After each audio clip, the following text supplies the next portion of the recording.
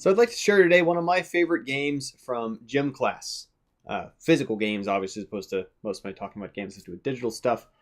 But I was never real big on ball sports. I wasn't real big on basketball, kickball, baseball, even dodgeball. Anything with a ball. For whatever reason, I found myself later in life doing a lot of combat sports, a lot of mixed martial arts, wrestling, did fencing for a year, off and on, tried some boxing, kickboxing kind of stuff. But my favorite thing to do from gym was, I don't think anybody would even call this a sport. We had this cool game that was set up by the gym teacher where we had to get all of our team across from one edge of the gym, from like one wall to the other. And the way it worked was we had to not touch the floor. I don't remember if the floor was lava or if you came up with some sort of narrative justification for your crossing the river of alligators or whatever. It didn't really matter to us. It was cool even without the narrative theming as to just like, we're children, but it was cool, this mechanical challenge of, I think each team had probably like two 2x4s, which are pretty heavy, hard to move around as we're kids. I think like one scooter, one of those little kind of square things with the wheels on the bottom, that I feel like for safety reasons kids probably don't use anymore because I think everyone kind of would just break their fingers bumping into each other and probably went the way of the merry-go-round. But little scooters where remember you couldn't touch the floor, so you couldn't actually push off on the floor, but you could sit on it. And then at least something kind of useless or light, maybe like a hula hoop or a rope. Something where you could kind of push or pull someone on the scooter a little bit, kind of, but you couldn't really walk on it, couldn't really use it in that way. And I think maybe like a big old empty tire or something else. So pretty substantial, could be rolled, could be moved easier than the boards.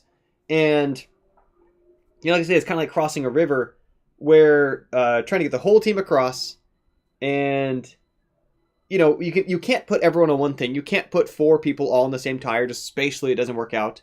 And to a degree, people kind of have to self-police. It's not like we could really detect touching the floor. The coach or the teacher would try to watch, and obviously people try to watch themselves. I'm sure there's some little bit of fudging the rules, but it was kind of not the point. It was awesome, right? That was something I looked forward to. And the reason I talk about this today is because what I like about that is this sort of model from it, this notion. And I'm not saying it's about this. I'm saying it's a way it can help us think about it. That in order to get to the end, you got to bring everybody else with you, right? That if one person out of the group can get way ahead of the others, that's not going to work, right? It's not going to be able to picture, okay, we've got these two boards, and I think sometimes people would have these mental models, okay, I'm going to use these ropes or whatever, and kind of try to kind of ski them forward a little bit by picking up my feet. Can I just, why don't I just sit on the scooter and just push off and get ahead or whatever? And suddenly, the further you get ahead, the harder it is to even help them, right? You no longer can exchange positions with them. You can no longer help them move the tire, move the boards. You can no longer reach out to help somebody else. And vice versa, you're basically stuck there until everyone else can catch up, right? You've only hurt yourself if you get in way ahead of the rest of your team. And that everybody has to cross together. If one person gets stuck back there, it doesn't help anybody. Because this one is deals where no matter what path you're on, no matter what you're doing, you've made some progress, right? You've looked up some things, you've done some things, you've tried some stuff. You've, if nothing else, figured out some things that didn't work. And all of those are things that could help somebody else. And the reason why I brought up this game today is this example of when you move forward, figuring out how can you bring other people with you?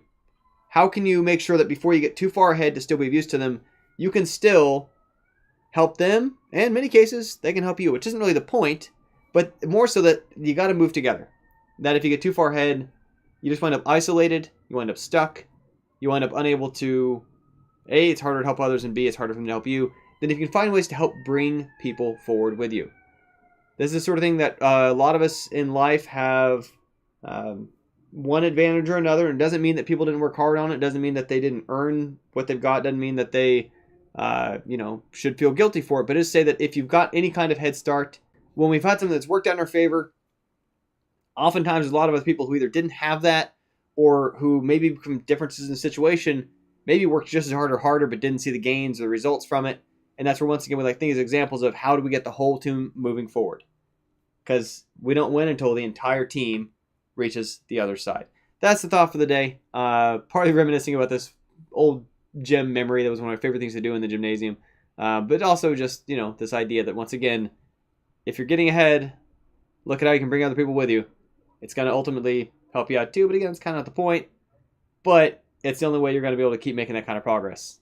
Find ways to help bring people with you. That's it for the day. Thanks always for tuning in. Have a good video tomorrow.